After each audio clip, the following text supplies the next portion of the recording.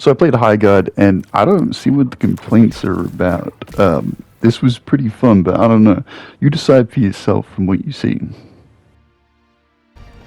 Let's start with some like key points of the game. Starting the game, you're gonna have to pick your character separate to other people. You can argue about it if you want. I don't really care. You can communicate with your team by mic from the second you're in a match. I chose not to. I just decided, you know, it's good to just play the game, ping it, whatever. We don't need 100% communication, although if you're super competitive, that's a bonus. You can do that.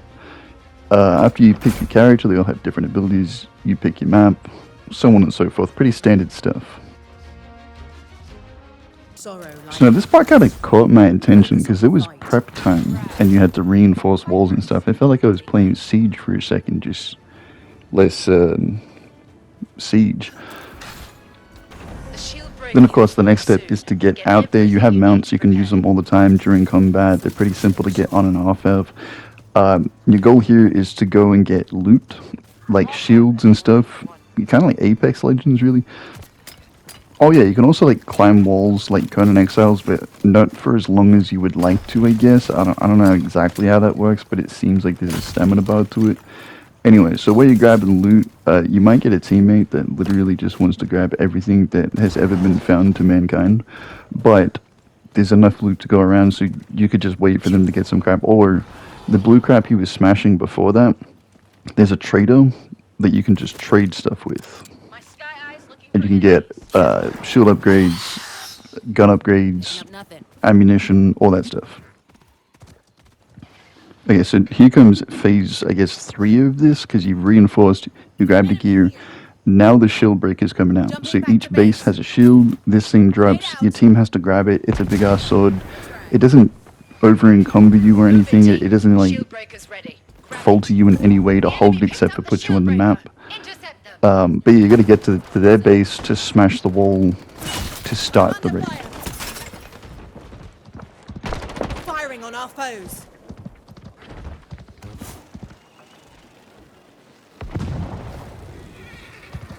We have enemies nearby.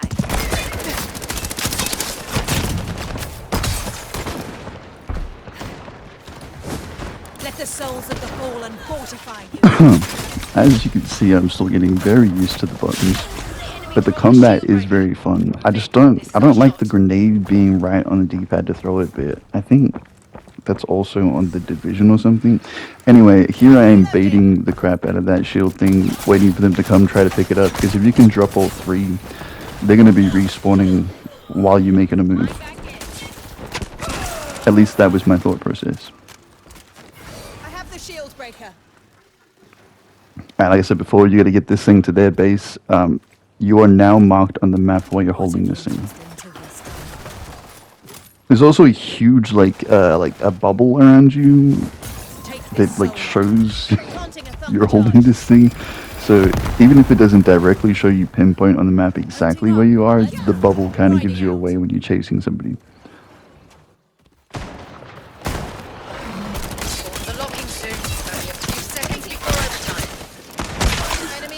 Looking for movement. This might sound weird to say, but the handgun that I was just using with the assault rifle combination feels a lot like Cyberpunk, and I don't really understand. Like, I haven't felt like that in another PvP game. It's pretty cool to hipfire it. This is something people have been doing a lot in this game. They'll grab a sniper rifle, tactically sit at a good point where they know you're going to be running up to their base and just blow you away. Listen up. The enemy has dropped the shield breaker. I can't even be mad. That's a pretty smart thing to do. Take them out. Like I mentioned before, when you're holding this thing, not only are you on the map, but it's also showing this big radius around you. Unfortunately, this guy has another guy with him, and I am on my own. I think when I die, my teammates will respawn, but at the moment they can't for whatever reason. It's like an overtime thing.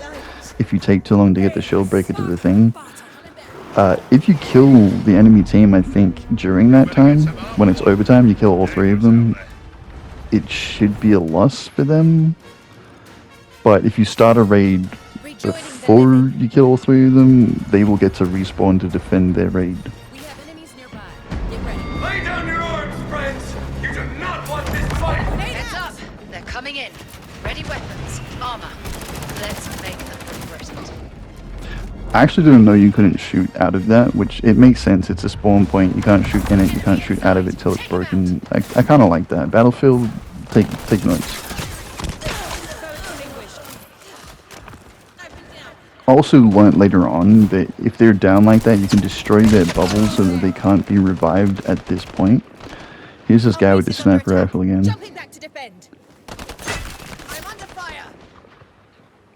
I actually am pretty clueless what's going on with my team at this point too, because Mounting up. I've just dropped 2 of them. There's a 3rd one on the tower over here, and I'm the only one pushing them. But then again, I don't know, I got messed up, so maybe they're doing the right thing, and I'm doing the stupid thing. Oh yeah, so this is the blue stuff that you collect to upgrade. We're in like a new phase, so like, once they break the shield and then they failed that raid, it goes into a next part of it where the shield breaker has to come down again. Anyway, as you see with that shop, you can upgrade all your stuff there. Use the blue stuff that you get to buy ammunition. It's pretty decent. I honestly thought it was under attack for a second there because it was this guy making noise above me. They managed to slip past us and get straight to the base. You can teleport to the raid if they start it. So if you're too far away, you don't have to like stress about it. You can just teleport back, which I kind of like that. You can also, if your teammate starts a raid, you can teleport to them. The enemy has dropped the Pretty shield. cool. I have no idea why that guy continued not turning around. He might not have had headphones. Either way, reacquired this crap on the move. Enemy soul purged. Be no longer linger. That's right. Getting hit. I have lost. Drop the shield breaker. Get it quick. I mean, I did a pretty good effort for being shot in the back, Not going anywhere today. but yeah, my teammates had my back, luckily. Thank you. You're the best. I might have had a little misinformation a minute ago. Yeah, when a team wipe occurs, they lose energy points, like respawn tickets. And then we get to respawn. Everyone, get ready to And now you can see they've started the raid. It says teleport to raid on the bottom of my screen, in the middle of my screen. Jumping to the siege tower. When you use that, you just jump straight to the raid, so you don't have to run all the way across the map. Same as if you're an enemy and you're out like looting or something, you can teleport back to your base to save it. Conjuring. Now, remember when I used that ability trying to fight that guy before? I thought it was like a special. It turns out for her, it's a respawn thing. It's like a recon person, I guess. Reloading. Pretty cool, pretty cool. Belongs to me. So now I get some of the siegeness of it. I didn't notice this girl was defusing. I thought that was my teammate because I seen him move ahead of me. Not the point. She got the defuse, but you don't lose if they defuse. You just have to redo it, which they're doing currently. Let's focus up. Then it like turns into like a siege kind of game where you have to defend. I also noticed they didn't really reinforce this, but the way this works is you have A and B as like generators that'll take out their energy, and then you have their centerpiece.